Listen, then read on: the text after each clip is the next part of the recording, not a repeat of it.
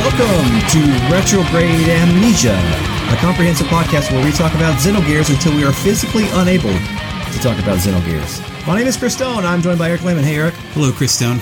Today we're going to talk about the anime prologue and the first chapter of the game, Lahan Village. Yeah, we're going to go with Lahan. You may say something different in your culture or area, but this is how we say, in this house, we say Lahan. I'm going with Lahan. Lahan sounds easier to say, so. Christmas spoke, though. We're also going to talk about before you press start on the game. You have to, well, yeah, that's true. Xenogears is introduced with like a riveting drum beat that delivers the Squaresoft logo and then says Xenogears.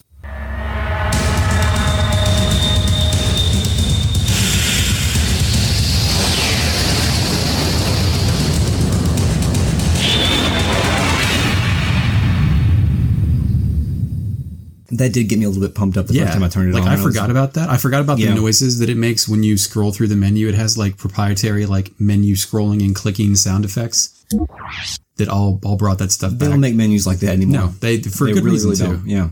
So the first thing we'll get into is the prologue of the game, and right away they hit us with the Bible.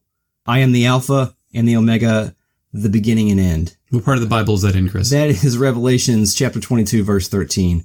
It's difficult to say why that's here, but it's here. I don't know who the voice is here. I suspect I may know who it is, but immediately we're getting a little bit of a drip of mystery. I mean, it's a good pull. Revelation is the most acid trip metal book of the entire Bible. Acid trip metal book, yes. So, like, if you're going to deliver, like, some kind of introductory prologue to set the story for some shit to go down, you could do worse. Yeah, that's absolutely true.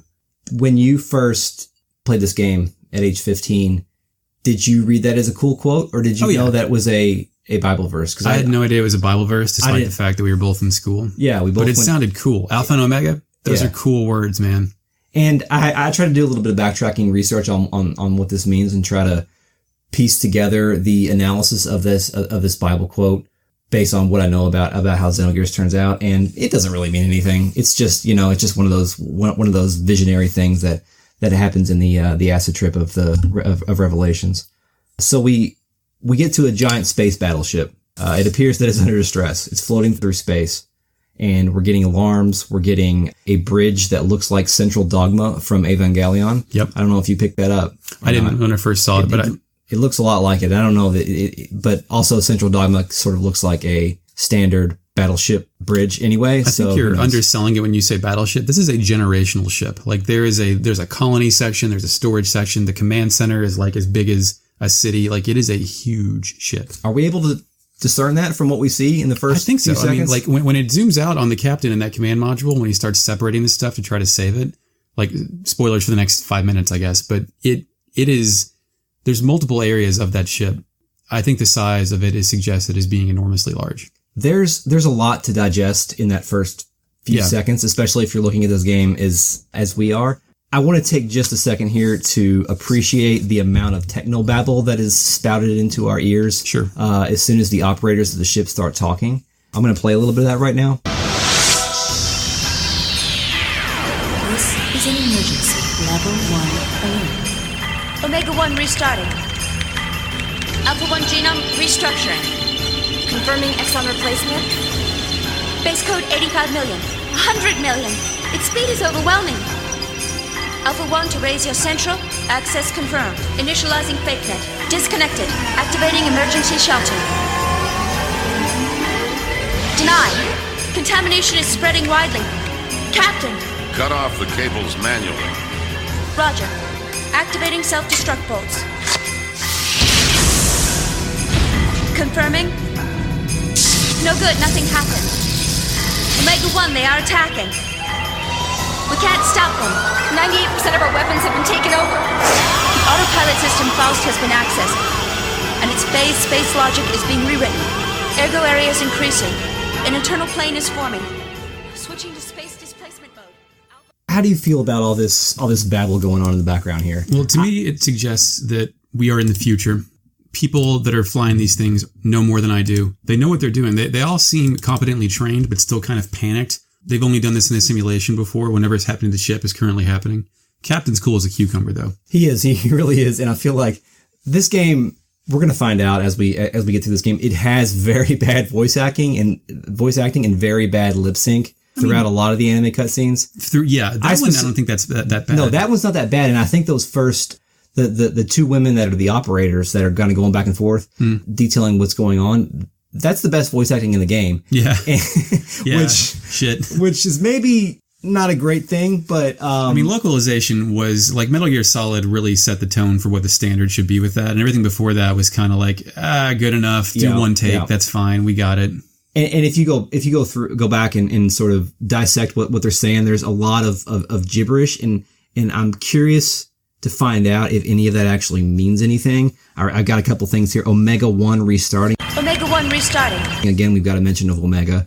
I didn't pick that up. Good Alpha job. 1 genome restructuring. Alpha 1 genome restructuring. Well, let's go ahead and restructure a genome. There is some sort of bioorganic Yeah, there's thing an organism. being scanned. It's in a containment area of a ship, and that is seen as a threat because apparently stuff is going bad with it's like an embryo, like a shrimp looking type thing. Yeah, it looks like it had two maybe like atriums like of a heart that were kind of separated with like a spine in the middle. And there's a bunch of scan, a bunch of UI flashing all over the screen. It also says Alpha 1 to Raziel Central, initializing FakeNet. Initializing FakeNet. I can tell you what all of that means, but only because I've read the lore book recently. I'm glad. Okay, so this is making me more excited. That's not gobbledygook. Okay. Yeah. Raziel is like a very important kind of term for the background of this game. The autopilot system has been accessed, and its phase space logic is being rewritten. The autopilot system Faust has been accessed, and its phase space logic is being rewritten. That's something that doesn't make any sense. Space logic. You need space logic to fly a space plane. Hey,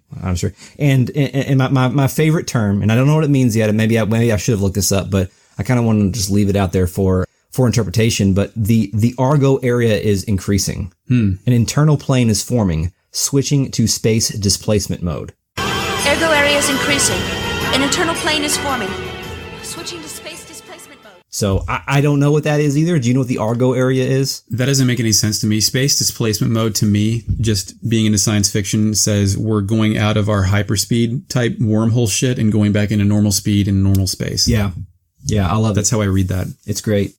So some shit's going down. And it's positioned. There's a really particular sequence where there's this empty room with a phone hanging off a cord. Yeah. And there's blood and shit all over the wall. And then the phone cord like gets cut in half and drops. So this is being framed like a monster movie is happening inside the ship. And we don't know if that's AI, because at a certain point it pulls out and like tentacles come out of the ship and start self-attacking the ship. It's weird. Something is definitely taking over the ship and sort of rewriting to whatever their mission may have been. And then we get, not much longer, a few seconds, few minutes after the Alpha and the Omega quote, we get our second Bible reference when, you shall be as gods flashes all across the screen as in the captain's cockpit, which is there front and center. Yeah. Like it is there. The entire display just says you shall be as gods over and over.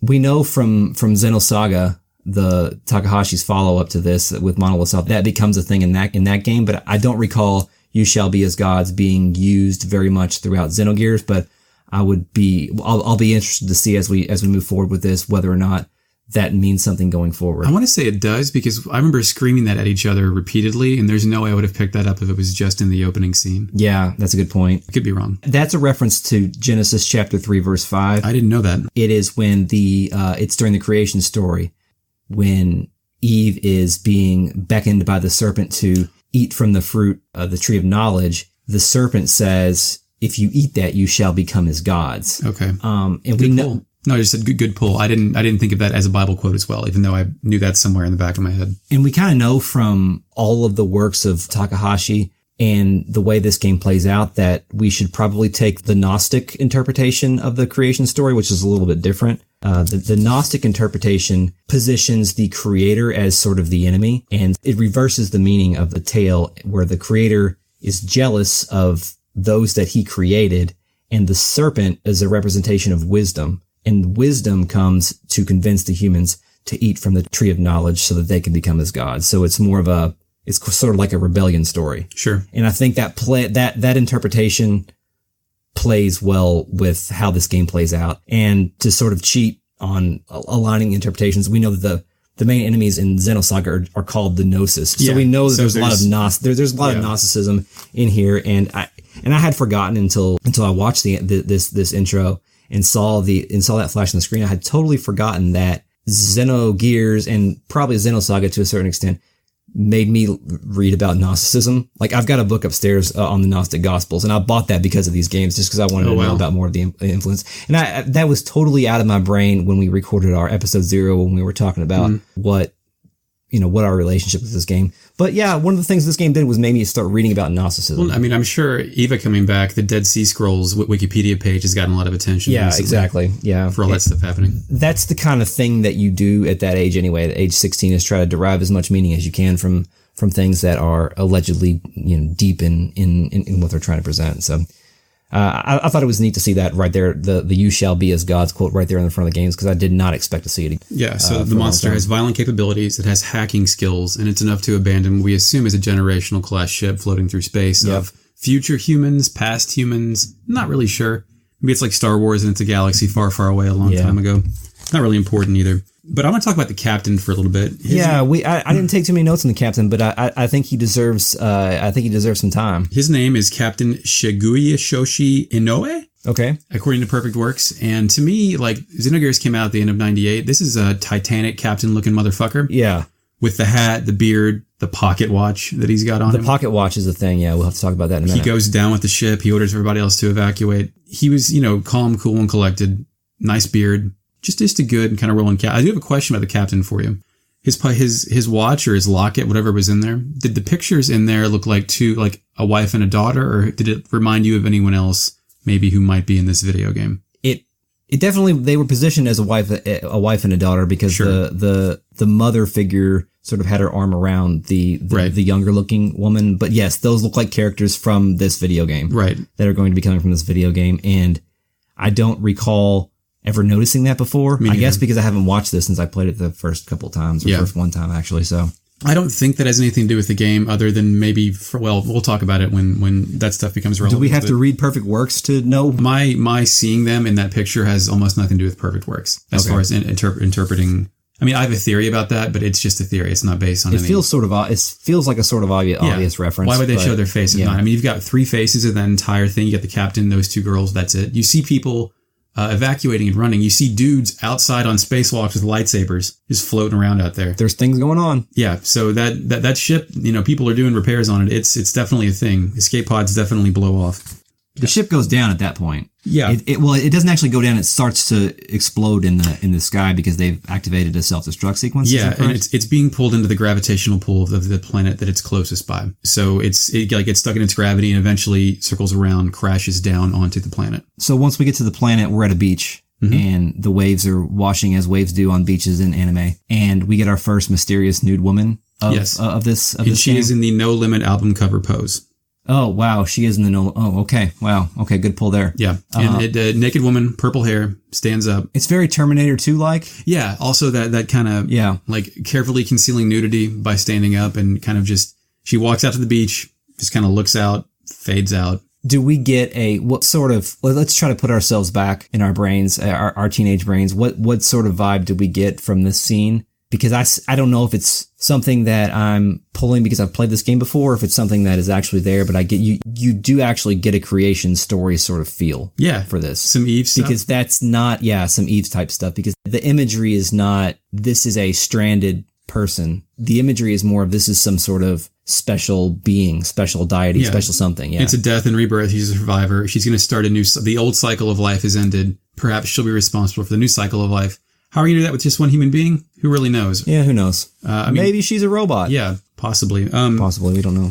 I also, after this, it pulls out to some text introducing the game, but I want to really appreciate the restraint of introducing your video game about giant robots fighting on a planet with a movie that for most of the game has nothing to do with the rest of the game. Yes, and now for something completely different. Yes. Yeah. Like Final Fantasy VII didn't do that. I don't think any Final Fantasy's done that. It's always been to trust your audience with some cool anime bullshit and then be like, oh, we're not going to address any of that right now or forever. Yeah, it was quite bold, especially when, as this game was being developed, there was not, Takahashi had a vision for what the story that he wanted to tell, but nothing was, he wasn't a known quantity. So he didn't know that if he was ever going to be able to go back and tell the story of that ship. Yeah, I wonder how, like, when this was made, how long the anime was commissioned before they had proper storyboards and the game was started to be built and stuff like that. That's a good question. Because the game had a 2 year, like, that stuff, that was high quality shit. It looked like to me, like, it wasn't. Yeah, it was. The anime was done by Production IG, which was responsible for. Prior to this, they were responsible for Ghost in the Shell. That's their most famous work. In turn, they had also worked on, in conjunction with Gainax, on End of Evangelion. And interestingly enough, they would later go on to do the animated portions of Kill Bill Volume 1. That was the scene where the Lucy Liu character? Or was it Go-Go? I'm not exactly sure. There was a younger Japanese character that was sold into some sort of slavery or something, and she was able to escape using her pistols that blew people's heads off, I think. It was neat. It was neat to see that in the movie, yeah. They also did the Persona 5 cutscenes. So this was not they didn't. They've been video game adjacent for a while.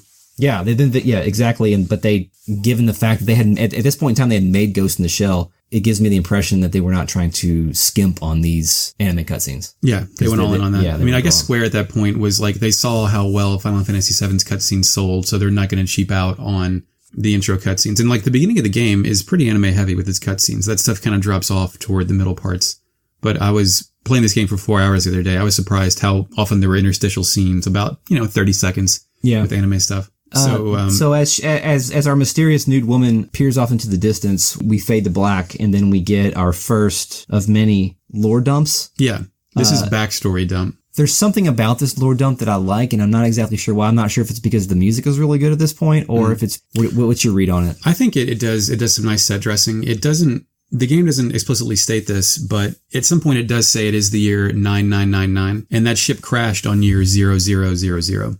So time has passed. But the lore dump, it establishes that the Ignis continent is in the middle of a war between Ave in the south and Kislev in the north. And Ethos, which is a non-partisan institution that preserves culture, has begun to unearth and repair giant fucking robots for each side. Kislev's side had more ruins and thus gained the upper hand. This conflict in this war. I do think it's interesting that whatever level of technology any civilization is at, there's still war between someone else. Yeah, that's true. You're still going to have to be the monkey with the stick in 2001 and battle your fellow monkey. And in the last part of this lore dump, we're told that something named the Gebler Force, doesn't really say it's from where, but it says appears and makes an alliance with the Ave side. This evened the fight, then started Ave's aggressive invasion campaign to annex territory. So they were getting their asses kicked. Some magic people came and started making them do better with better equipment. There's a civil war. There's giant robots. There's some sort of weird culture-preserving organization that's getting their robots. And do you think it would be better regulated than that? But they're not really addressed to how there's people digging up relics for both sides that somehow remains peaceful. Like, how would you feel more about a cold open here, where we get that anime cutscene and then we immediately cut to the painting, to chapter 1, the painting? Honestly, in my head, I didn't remember there was a lore dump. I didn't either. I don't even think I knew there was a civil war there. I just thought it was people fighting on a planet. I didn't know it was isolated to one continent. I remember going to Kislev and the Ave cities and like jumping around there, but I didn't. The Civil War thing didn't seem important to me. It just seemed there's a greater conflicts. Most of the stuff that you find there feels like something in a modern game you would find in like a book in a library or something. Oh yeah, rather than it just throwing it on the screen there. There's some guy in the bar that I ever tell you about my time in the war. Yeah, exactly. It may have worked better that way, but. Nonetheless, it's there, and it's nice to have that context on a second playthrough 20 years later. Yeah. But maybe not as effective on a first playthrough, because most people are just going to kind of mash through that and try to get to the part where you actually play the game, which is coming up pretty shortly. Yeah, we actually aren't done with that. There's still one more kind of cutscene before the game starts properly. Yeah, we cut to first the lore dump ends telling us that the story starts in Lahan Village. Yes. And then it kind of zooms in on Lahan Village. There's a bunch of fire and explosions. And then it's night. Yeah, nighttime sort of overcast. And it zooms in to the city, and we see a bunch of robots fighting each other. And we see who we will come to know as the main character, Faye, piloting a giant robot. Fei Fong Wong, piloting a giant robot, while a guy named Saiton, who we will come to learn his name is Saiton Uzuki. He's protesting, saying, "Faye, don't fucking do this. You're doing bad things right now." while Faye roundhouse kicks robots with his robot. Yeah, and you can tell Faye's robot's better because it's way more stylized than the rest of them, who are all just generic-looking soldier robots. Yeah, they're Zaku's, and if you don't understand the Zaku reference... I don't understand that reference, Chris. What does that mean? Zaku is... I love the design of Zaku. Zaku is one of my favorite mobile suits in the whole Gundam universe. But, Gundam. Yeah, right. but Zaku is the cannon fodder robot. It's the bad guy, generic robot. Maybe closer to a Leo from Gundam Wing, because those actually aren't well designed. But yes, Faye is fighting Zaku's, and if you understand that reference, then we can be friends. Otherwise, I don't know. So we get a little bit of Faye. I think we're now into chapter 1 proper, and we've established that Lahan is a border town between these two states that are warring. It's kind of off to the side on the coast, but yeah, it's in the middle of the north and south of this continent. Right. And we see Faye huffing and puffing and battling. As we said, Saiten's yelling at him, and I think we're getting a little bit of a preview of what we're going to see in like 30 minutes. Yeah. Less than 30 minutes. It closes out.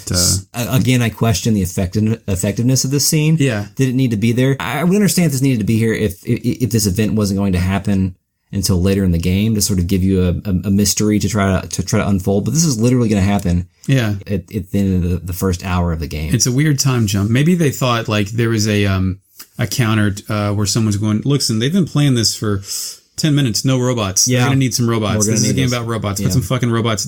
Pluck that scene out of an hour from now and put it right now. Yeah. But otherwise, it's still kind of an overdose of foreshadowing at that point. That's a good point. The one justification that we have for this scene is that as the robots begin to burn and buildings begin to burn, it zooms into a fire. And once it is completely zoomed in, and these are very low res textures, but it zooms into this fire and then it zooms out, and then we are back into the present. And Faye is painting the picture of the fire. It's an oil painting. And an oil painting, and it looks essentially exactly like the fire that we were just seeing going in. And that leads me to question whether or not we're supposed to derive something from that. Does Faye have premonitions about the future?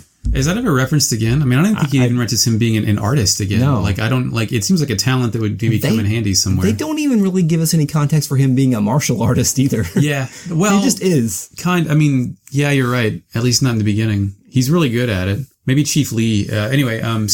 My first note is, it zooms out to see Faye painting something. And then I put, a maid can't believe Faye has been in Lahan for 3 years, and my note is LOL. Faye has a maid. Yeah, there's two things weird about the whole maid in Faye's house. His basement. Yes. Well, actually, okay, that makes 3. Yeah. 1, she's in the basement. 2, he has a maid, and 3, she immediately sends us back to a flashback. Oh yeah, because she as soon as you speak with the maid, she sends us back to 3 years ago when Faye was dropped off, quote, all bloody by some old man. She asked if that man was his father. Yes, she does muse about whether or not he was the father, and then they make several attempts to remind us that Faye doesn't remember anything beyond the past 3 years. And he's what, 18, 19? Standard? Yeah. JRPG age? Yes, JRPG age, yes. 15 to 17 probably. And the cloaked man asked Chief Lee of the village to look after the boy. And that's all the information we get for that. Do we see, is there, when dialogue's delivered in Xenogears, if the character is important, they have a hand-drawn portrait with various stages of reaction, or is there just one portrait per person? I can't remember. But anyway, the guy that drops Faye off has a portrait, but it's not revealed at this moment. Right, yeah, that's a good point. He will later. He or she. Yeah, that's always been a thing about JRPGs that have portrait-style dialogue. Mm-hmm. Characters with no portraits are not important. Characters with portraits have some sort of importance, for the most part, until... I think there's games later, modern games. I think our current Fire Emblem game does not, that I'm playing does not have, or does have portraits for almost every character in the game. But that's definitely something to keep an eye on as we go forward, because that's gonna come up again later. So what happened? You go upstairs in like Faye's house. There's like a party that he's just ignoring while he's in the basement painting. It turns out his friend Timothy is upstairs. Chief Lee is upstairs. I don't know if anyone else is upstairs, but they're all getting ready for the wedding of Timothy and Alice. The only 2 other people that are Faye's age in the entire village. Also, they're the only other people that have portraits. They have Chief Lee has a portrait. Chief Lee also has a portrait. That's true. And then, okay, so we're up there. Faye's like, yeah, well, they're getting married tomorrow. Ho, ho, ho.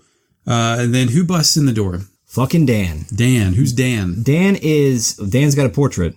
Dan's got a portrait. I don't like anything about Dan. No. My note is Dan comes in and shits up the joint. He barges in and starts being a dick about the marriage, basically. He's like, hey, Faye, I need to talk to you. Oh, Timothy's here. What the hell is Timothy doing here? What's he doing? Yeah. So we come to find out that Dan is Alice's brother. Timothy will be Dan's brother-in-law. Timothy and Faye are best friends. Yes, exactly. So there's a little bit of a strife between Dan and Timothy. I think it's just that Dan's a dick and he doesn't really know how to do it. Well, Dan has some ulterior motives that I'll refer to later in the story with some information that he gives Faye. That's true. And one thing that I've always found strange about Dan is I don't know how to perceive his character design, because he's a short thing. His sprite is short. Yeah. So, and sometimes people call him a kid. Mm-hmm. But his face looks old. He has a very... He's kind of balding. He's got a receding hairline. Yeah. Yet he's short. He's referred to as a kid. I think he's Alice's younger brother. He acts like a child. Alice presumably is the same age as Faye, which he is 18. looks like he's from The Wizard of Oz. Yeah. Yeah. And I don't know if I should feel sorry for him. He has red hair. That's also usually villainous. I don't know. It's not great. But anyway, Dan tells Faye that he needs to talk to him, and he can't talk to him in front of Timothy, apparently. So he says, meet me out in the town later. Yeah. And I think what eventually drives the story forward is going to find Dan. But until you find... I want to also point out that Faye's interaction with Dan here, I get some serious Goku vibes from Faye, because he ends a lot of his sentences with like, oh, shucks. Now, he doesn't literally say all shucks, but he's kind of aloof. Like, yeah, he's kind of aloof about Dan's personality. He's like, Dan, you're so lively. I mean, presumably everybody in that town know Dan is a huge piece of shit. Yeah. So they're just kind of used to, like, you can't excommunicate him. So you just kind of like, yeah, Dan, I know. Okay, whatever. I wasn't sure how to read that, because Faye's dialogue ends in a lot of exclamation points. And I'm not sure if I'm supposed to read that as exuberance or just aloofness. I'm not quite sure. I started to get a little bit of aloofness here, especially because of Faye's interaction with Alice later. That kind of for the listeners at home, who's Goku? I'm not going to explain who Goku is. Good. If you don't know who Goku is, then that's fine. I didn't a year ago, but that's cool. Goku, Dragon Ball. Google him. So, what was the first thing you did when you left Faye's house? I ran out into the town, and I guess the first thing I wanted to do was sort of take in Lahan Village and wander and just sort of wander around. But it got me wondering if Lahan could have been a little bit more iconic. We have a lot of iconic starting spaces in JRPGs. It's like the first song on an album. Like you wanted to make a really good Millennial impression. Fair, Midgar. Give me something else. Galbadia Garden. Yeah, I mean all kinds. Balam Garden. My bad. Yeah, opening spaces in JRPGs, especially in this era, are unique and give off a Blitzball. Blitzball. Yeah, they give off a vibe a lot of times, and I think Lahan Village only does that with its music. But check, like, to me, Lahan Village is the only place in the game that isn't a major landmark other than maybe Dazzle. That's true. Like, there's two interpretations here. One, this is the only hovel on the entire planet, and these people just live here. Or do you see this as, like, there's a dozen places like this. This is one of them. This is where Faye lives. Like, it reminded me of Novigrad, where, like, before you get to that town in The Witcher that's real big, there's all those shitholes just out in the south that you can visit. I didn't know what your interpretation of this was. I hadn't thought about that far, but I think my read on it is that this is a small town of many, but this is the only one that's important enough for us to go to. Okay. I always like when I visit these towns in these like kind of vaguely medieval but some technology world, I'm like, what is it? Do they have penicillin? Like, do you ever think about like what kind of level of like human disease combatants they're in? Like, they have guns? Like they do have guns. They have. Some characters have the ability to transfer their chi into other into weaponized chi, but we don't really talk about that outside of the battle system. Yeah, the game like takes some liberties with like, oh no, you want an RPG as this guy has hit points, you're good, whatever. Yeah, exactly. Are you going to serenade us with the what's the track called? Yeah, that's something I was going to get to here. I don't think that Lahan Village deserves its soundtrack because it's not. There's no charm to it, and I don't know if that's a product of the polygons or a product of just this not being a very well designed opening space. I wouldn't say there's no charm. Are we gonna listen to that? Or are we gonna talk? Okay.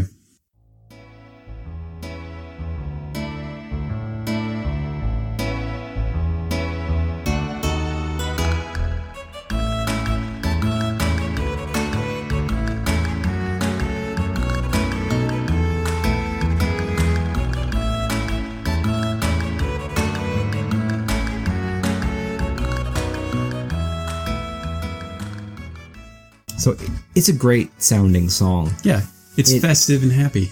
But is this town really festive and happy? Look, this town's happy. Like people in this town seem to be happy with their lives. They're preparing for a big wedding, but there's not a lot of... Check it out. This is the brightest green you're going to see for the entire rest of this game. Every place else you go to is like dingy. Like think about Nordstrom. Well, I guess Nissan's kind of pretty, but like there's color here. And I think it provides some nice contrast. The darkness that's about to come out of it is like, you can tell no one here is concerned about anything more than a mile outside of town. That's a good point. I hadn't thought about that, but I'm trying to stick up for my boys. Yeah, hometown, I know you're trying. Maybe I'm the one playing devil's advocate here, but it just seems like there's not a lot here, and we don't actually spend a lot of time here. A lot of these opening spaces we spend a lot of time in. I like the first thing I did when I left Faye's house is I committed suicide. Oh, there's a well in the middle of town that you can just jump down in. Okay. And then you are treated to a pun about wells and you get some healing items. You can jump in 3 times and get healing items out of that well. I didn't know that. But it seems like if you jump into a well, that would probably do some damage. But Faye's got probably some like 3-point landing skills that he works to get the healing items out of there. That's the Goku in him. Yeah. And then did you go to the tutorial house? I did, and I got a little bit upset with Luca. Oh man, that's deliberately annoying, right? Explain what Luca does. Luca from Chrono Trigger is in this house. Luca from Chrono Trigger is in the house, and she's explaining to you the concept of save points, as if we need save points to be explained to us in 1998. I guess we probably did. Yeah, I mean, save points were still relatively new kind of thing. But she goes on and on and on and on about save points, and she won't shut the fuck up. And when she does, the text box gets 4 times bigger than it ever will the rest of the game. Yeah, it was kind of shocking. Was she wordy and annoying? And was that like her character trait? I thought it would be like a joke on like somebody's clowning on Luca's character to never shut up. She had quips. Yeah. And she always talked about how she was a genius, which she does in this game as well. She knows about the save points. I mean, apparently nobody else can see a save point but Luca. Even though there's a giant Zohar modifier floating around. Zohar modifier. All right. Do we have to take a shot or something? No, it's fine. Okay. Every time you say, listening at home, if we say wave existence, Zohar modifier, or anything else that doesn't make sense, please drink. Yeah, agreed. So the joke with Luca is not cute. I thought it was a little bit cute because like I accidentally made her say it all again because I was facing the wrong direction to the save point. And even if you hit no, I already know this, she still talks forever about it. It's like even longer maybe. So, and this isn't a game where once the dialogue box comes up, you hit the X button and it gets to the end or forward to the next. You read all of it as it unfolds on screen. Yeah, this is not one of those pieces of dialogue where you can just run away from the person and the dialogue terminates. Sometimes for non-essential characters, you can do that. Right, I'm talking about Luca specifically. You can't kill the dialogue. Any other observations from walking around the town? I've got a bunch. I went into the bar and there's a prostitute in the bar. Yeah, no, the prostitute's name is Ellen. She tells Faye that she can give the best service in all of Lahan. Okay. The barkeep says to stop teasing Faye. Ellen makes cat noises, wants to fuck Faye. That's quite true. Yeah. There also there's a sign outside the bar that says "Drunks are welcome." Yeah, drunks are welcome. Drunks welcome. I don't know if that's. Did you talk to the guy at the end of the bar? Don't think so. The guy at the end of the bar says Faye has a wind that, quote, nurtures grief and resentment, inviting death from which there is no salvation. Oh, yeah, I did talk to that guy, and I was like, ooh, should I write this down? But I'm glad you did. He later says he's joking, but he's not. I mean, actually, you know what? You can go to any bar and hear some guy say that about you if he's articulate enough. That's true. If you go to any dive around here in Louisville, Kentucky, you're going to find that. You can go get the rock, paper, scissors badge if you win 5 completely random games of rock, paper, scissors in a row. Is that in the... It's in somebody's house, and the guy's wife's pissed off because her husband keeps losing money trying to beat this asshole. Wow. It is... You can trade that badge for some minor items later, but it really is random 5 times in a row. So you have to get lucky on a 33% chance 5 times in a row. I didn't do that this time. I have in the past. Let's see. There is also... Chief Lee is very proud about how much he used to get laid. Really? I didn't talk to Chief Lee, I guess. He's a lot of sex in this city. Yeah, there's a lot of innuendo in this city, and maybe that's a sign of all of the intermarrying that appears to be going on. But yeah, he basically gives a little wink wink, nudge nudge comment to Faye when he's talking about the ladies in his day or whatever. Then he kind of stops himself. He stops himself short, but he's essentially saying, "Yeah, I used to get all the ladies." Did you go up and see Alice in her little tower? Thought that was mandatory. Oh, okay. I wasn't sure. But I did, before I did that, I talked to Dan. And I did that in opposite order. Okay, so I talked to Dan, and Dan told me his master plan. And this is where we really find out that Dan really fucking sucks as a human being. He wants Faye to steal, he uses the word steal, his sister away from Timothy and run away. In doing so, he tries to convince Faye of Alice's worth. Do you remember Dan's 2 big selling points? He has 3 selling points. Oh, actually. 3, my bad. She is beautiful. Mm-hmm. She's a good cook. Yes. And she is, quote, well endowed. Right. And he said, it's just like, trust me, I would know, or something like that. It's all in a parenthetical. He's like, okay. It's basically like, you didn't hear this from me, but she's well endowed. So yeah, I have well endowed quoted here too. Yeah. So then I just wrote down, seriously, what the fuck, Dan? That's your sister. Yeah. I mean, I don't know. Come on, Dan. Dan, what are you doing? Dan needs therapy real bad. Yeah. So I don't know. And you can choose to accept that mission or to deny the mission, but I don't know what happens if you accept it. I hit deny. I have to be true to Faye. Me too. I know Faye wouldn't. We know Faye is Goku, so Goku's always gonna err on the side of lightheartedness and chuckles, and also for good. Goku's interpersonal life's a fucking wreck, but he usually tries to err on the side of good. Yeah, that's true. At least with Faye, he doesn't know much about his interpersonal life other than the past 3 years. I mean, we don't either, really. So, I mean, I guess why it's a good character to impress upon the player is you can kind of just make your own backstory in your head and react how you would react. That is the benefit of retrograde amnesiacs in Japanese RPGs or in video games in general, that they can become avatars for the player without needing to know too much backstory, or they can be silent protagonists, one or the other, but they each have their perks. So then, anything else before Faye goes and checks in on Alice? I went and talked to the farmer. He talked about some cows. You can get some aqua sauce or some people around town. I talked to everybody and didn't really get a whole lot of dialogue. There's a guy that teaches you about abilities and fighting and other stuff if it's your first time playing the game in the same bar that Luke is at, I think. Yeah, I kind of skipped all through So did I. I know how to play this game. Yeah, I played video games before. Should we talk about the battle system and its origins in the next chapter? Yeah, I think you're right. Where you start fighting. Yeah, you can actually leave the town and go fight on the world map at this point if you want on to. On the world map? Yeah. Wow, I didn't know that. Yeah, you can. I did that on accident, and you can get some fencing gear out there. Yeah, I went out there and fought some dudes and went back in. But the story moves on as Faye goes in to check in on Alice. The woman at the door says that it's her mom, I guess. I think no, her parents are dead. Oh, that's right. That's right. Maybe a maid. Everyone in Lahan Village has a maid. I don't know why. They're all poor, but they all have maids. Yeah, it's weird. I guess I don't know. Maybe they're servants. Who knows? There could be some fucked up shit about Lahan Village that we could uncover. I don't know if that's in Perfect Works or not. Chief Lee's got some problems he needs to explain. That's an issue. So the woman says that it's not customary for men to see the bride on the day before the wedding, but since it's you, Faye, you can come on in. And you get a real Faye and Alice are childhood friends, even though he's only been there for 3 years. Yeah, so it's weird. They mark, I think she directly says at some point, if you weren't just here 3 years ago, maybe it could have been different. That's true. Yeah. So he goes upstairs. He talks with her. He has a moment. The music changes. She's gazing at her wedding dress that she just completed making herself. And like you said, she's talking about how things could have been different.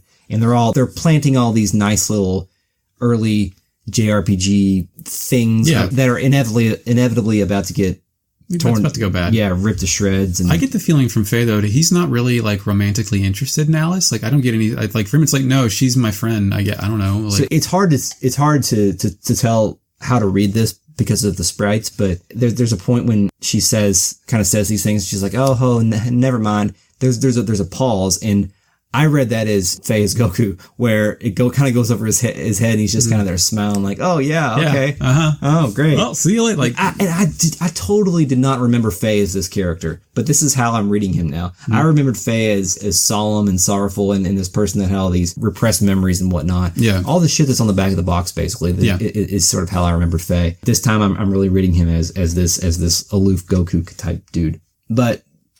As we know, Alice stops short of divulging her feelings for Faye, and then again, Faye continues to use a lot of exclamation points, which continues to help the aloofness read that I'm getting from him. Alice also uses a word to describe Dan. She wonders if Dan is outside gas bagging. Gas bagging. I'd look that up. Someone full of hot air that just spouts bullshit all the time. Okay, that makes sense because I listen to a lot of sports radios, and sometimes the hosts refer to themselves as gas bags. Gas bags, yeah, jokingly. So yeah, gas fellas. Yeah. So also, Alice is a mission giver.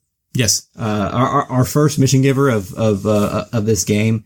Maybe our first mission giver of 1998. Who knows? We're off to the mountains to go get something for the wedding from Saiten Uzuki. Cameras. Flash. Yeah, Saiten is a man that doesn't live in Lahan. This is in a short path up a hill. It says it's a mountain, but it's like a hill, man. It's a hill with a nice drawbridge, or not, or one of those shaky bridges you walk over that almost collapses. And at that point, we're on to chapter 2, which is the mountain path.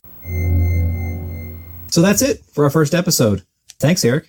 Thanks, Chris. Great. Thanks, everybody who tuned in. Follow us on Twitter, Retro Amnesia Pod. Visit us on Patreon at patreon.com/retroam, or send us an email at retrogradeamnesiapodcast@gmail.com. I suppose at some point in this time, if we get enough listener feedback, we'll do a whole show on that. Oh, yeah, sure. Absolutely. We'll have to drop that in appropriate places. We'll figure that out as we go along. Thanks to Mark Shepard for the intro track. It sounds great. And until next time. Yes, we will kill God. Should we really say that? Graf says it in the game. He does say it in the game. Okay. Until next time.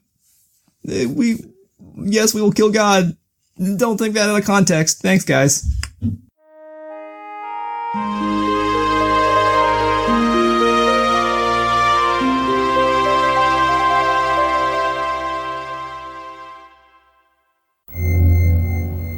Initializing FakeNet.